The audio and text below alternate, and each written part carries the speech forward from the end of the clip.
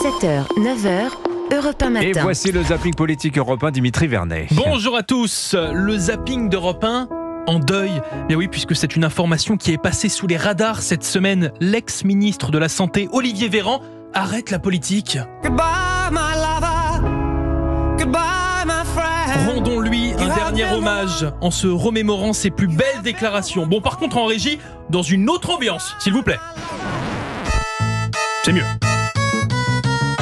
Porter un masque est parfaitement inutile. Le port du masque est recommandé, il sera désormais obligatoire. Nous sortons le 11 juillet de l'état d'urgence sanitaire, ce qui fait que nous n'aurons plus les moyens légaux de procéder à un confinement généralisé. On n'est pas dans une deuxième vague du coronavirus. La deuxième vague n'est donc pas une abstraction, mais elle est là et elle est violente. On peut me reprocher beaucoup de choses, mais je crois pas qu'on puisse me reprocher de mentir. Je sais que nous nous reverrons un jour ou l'autre. Salut mon pote. D'autres anciens ministres macronistes espéraient emboîter le pas de Monsieur Véran, comme un certain Nono. Ah oui, mais pas de chance pour lui, il s'est fait rattraper par la patrouille, comme on dit. Le gros mytho. J'ai sauvé l'économie française. Nono, alias Bruno Le Maire, était auditionné hier par les sénateurs pour en savoir plus sur le crash budgétaire.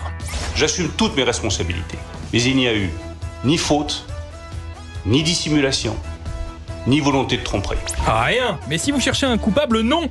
Selon l'ex-ministre de l'économie, en place pendant 7 ans, ce n'est pas de sa faute. Quand on me dit que le déficit pour 2024 sera à 6,1%, c'est le choix du gouvernement actuel. 80% de l'explication, c'est des facteurs externes liés aux conséquences du Covid et de la crise inflationniste. 20% seulement du modèle de prévision.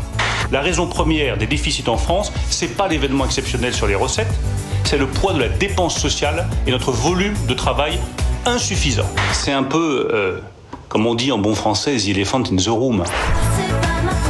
Ah, non. C'est le rapporteur de la commission qui en parle le mieux.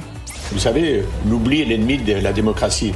L'amnésie, elle est parfois confondante quand elle est poussée à ce point. Je ne voudrais pas que 6 mois effacent 7 ans de travail collectif. Bien.